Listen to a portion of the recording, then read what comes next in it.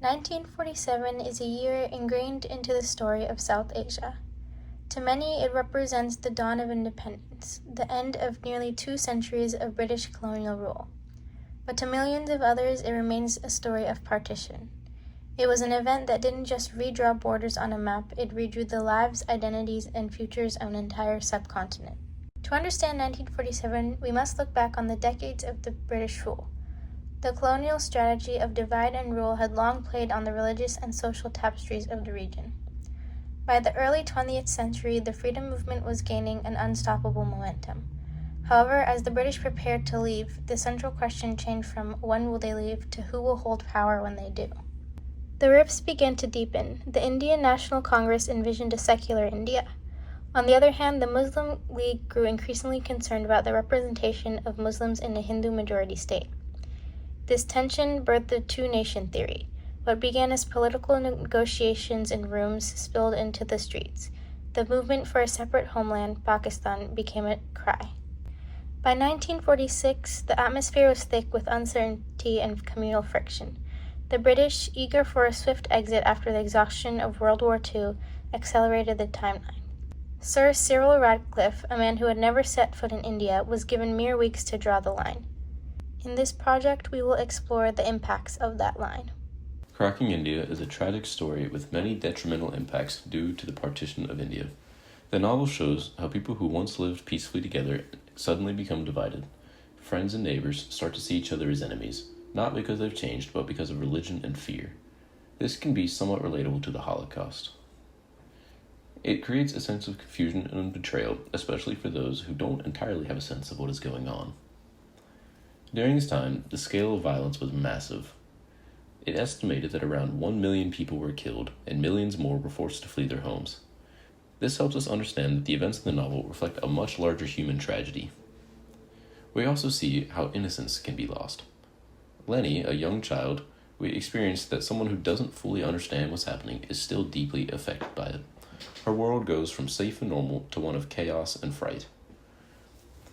One of the most powerful impacts is on women, especially Aya.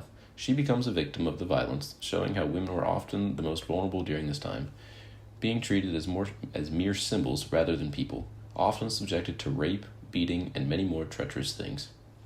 Finally, the novel shows how people lose their sense of home.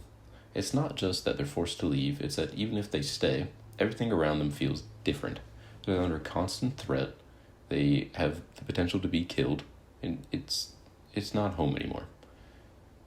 The people and the relationships and the trust they once had are all gone. It just doesn't even feel like home anymore. Overall, Cracking India shows that the partition didn't just divide a country, it separated long-term friendships, families, and entire communities. In 1947, when British India was divided into 2 nations, millions of people were forced to leave their homes. Among them were children who didn't understand what was happening, but lived through it anyway. This is a recollection from that time, from someone who was just a child. I remember when everything still felt normal. The streets were familiar, neighbors spoke, and life felt the same as it always had. But slowly, things began to change. People started asking questions they had never asked before. Who are you? Hindu, Muslim, or Sikh? I didn't understand why it mattered. We had always lived side by side, but now, people looked at each other differently.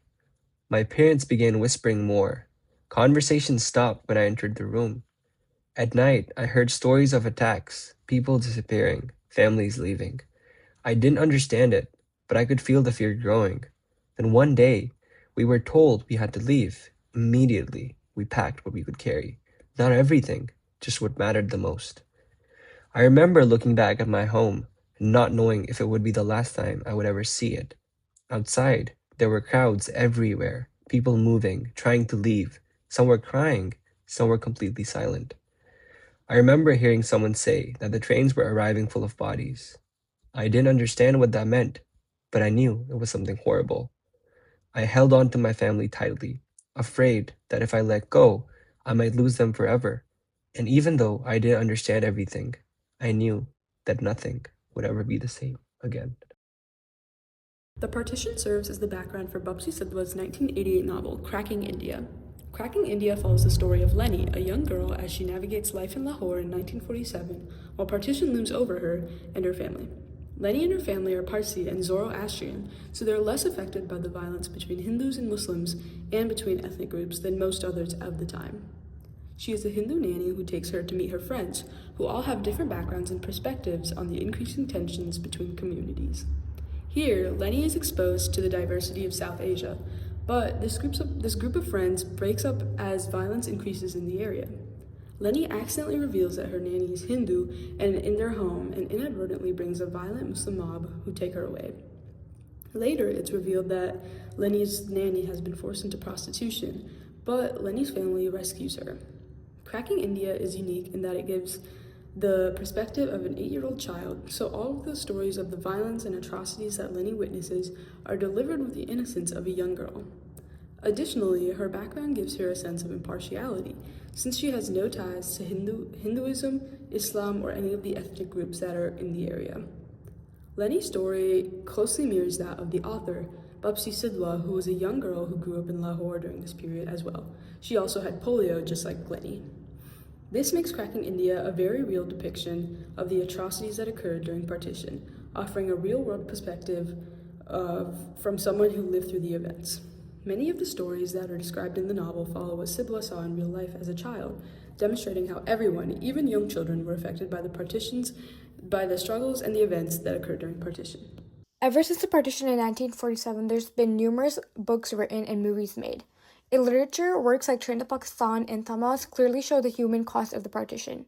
Instead of focusing mainly on political events, these stories highlight how ordinary people's lives were deeply affected, often torn apart by violence, migration, and loss. Cinema has also played an important role in shaping how people remember the partition.